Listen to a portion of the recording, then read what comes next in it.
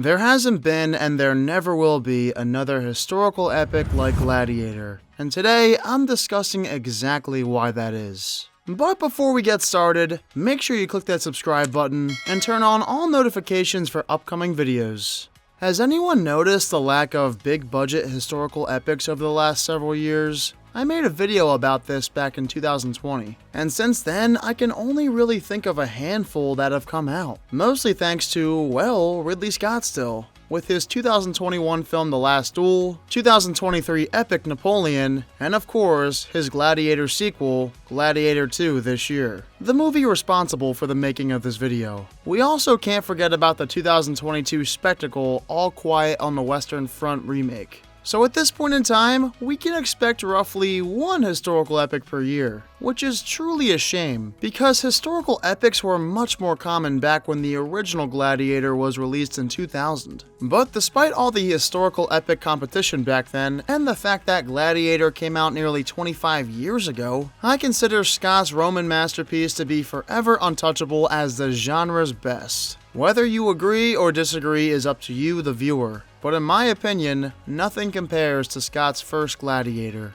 As much as I love other historical epics from the past and even post-COVID period, there isn't one that beats Gladiator, and never will be for that matter. So let's discuss why. To begin, I'll compare Gladiator to historical epics of the past. Some of the best that came to mind include Lawrence of Arabia, Apocalypse Now, The Last of the Mohicans, Saving Private Ryan, The Last Samurai, Kingdom of Heaven, Hacksaw Ridge, and the before-mentioned 2022 All Quiet on the Western Front. However, I'd pick Gladiator over all of them for various reasons. First of all, even with a length of 2 hours and 35 minutes, the movie is a breeze to watch. For a film this long, it's impressive how fast the pacing is. Many of the films I previously mentioned are also over 2.5 hours, but none are as well paced as Gladiator. I mean, The Last of the Mohicans is actually only 2 hours in length, and yet it feels longer than Gladiator.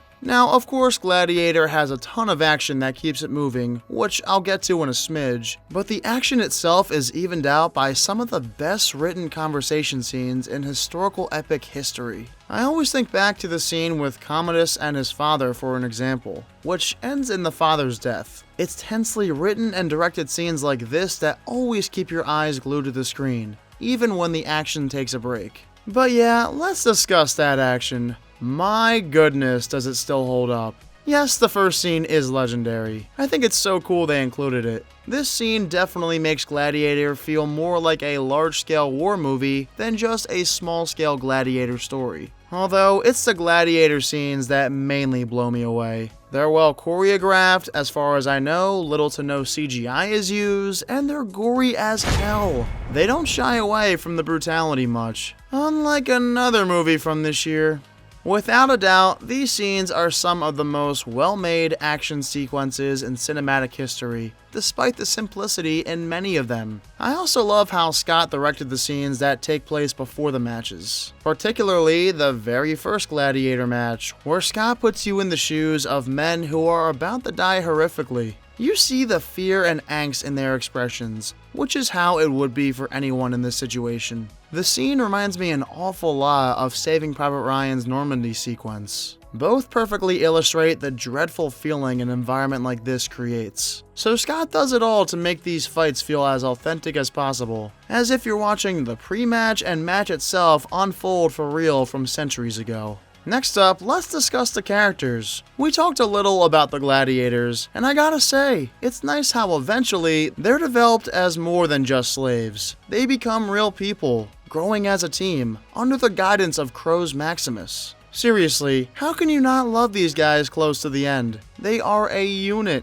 I think Jaimin Hunsu and company are overlooked as far as what makes this such a great film. Anyway, as stated, they're led by Russell Crowe, who turned out a career performance in Gladiator. It's his most memorable and manliest for sure. The film spends plenty of time developing his character too. Over the course of Gladiator, you learn that he's a noble, loyal man who loves his family and also happens to be an absolute badass. This guy is a one-man wrecking machine. I don't even think Maximus needs other gladiators in these fights. He's like the Gladiator equivalent to John Wick. How do you stop this man? And sure, Gerard Butler's line in 300 is very quotable, but nobody will say that's as unforgettable as Crow's iconic line from the film. Are you not entertained? It's probably the most quoted historical epic line in cinematic history. What makes a great hero, though, is a great villain, and Joaquin Phoenix delivers exactly that in Gladiator. But it's not even like Phoenix is this ultra-strong badass equal to Crow's.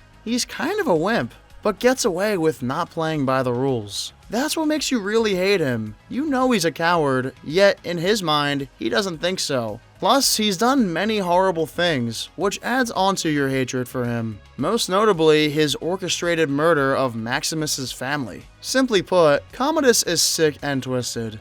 Hence why I think he's the perfect counterpart to Crow's noble and courageous Maximus. It's a great feud, telling an incredible story of revenge and rebellion against the Roman Empire's cruelty. Now let's recap. I mentioned that Gladiator has top-tier pacing, great writing, epic action sequences, some of cinema's all-time best characters, and a story with heavy emotional weight to it, not to mention the impeccable score.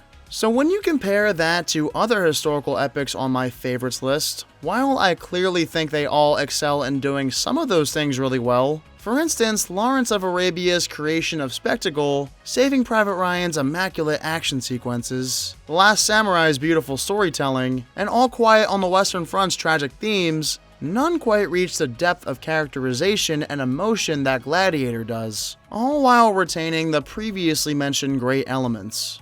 That then leads me into the future of historical epics. So, do I think it's possible that one day there could be a new historical epic released that's better than Gladiator? Well, it's not impossible, but I think it's highly unlikely. When we're only getting at best one new historical epic per year, that's not enough to convince me that we're going to get the greatest historical epic of all time, even better than Gladiator. There needs to be multiple released per year to up those odds. And not only are we getting very few historical epics these days, but the amount of effort put into historical epics now compared to back when Gladiator came out is lower.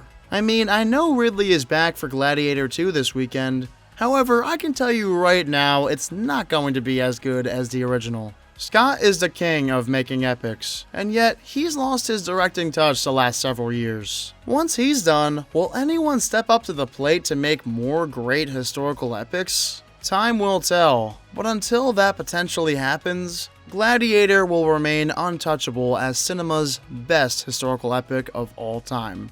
So my question for you now is, what's your favorite historical epic? And do you have high hopes for Gladiator II this weekend? Let me know all of your thoughts down in the comments section. And of course, as always, thank you all so much for watching this video. Again, if you haven't done so already, make sure you click that subscribe button and give this video a thumbs up if you enjoyed it. I'll catch you all in the next one. See you then.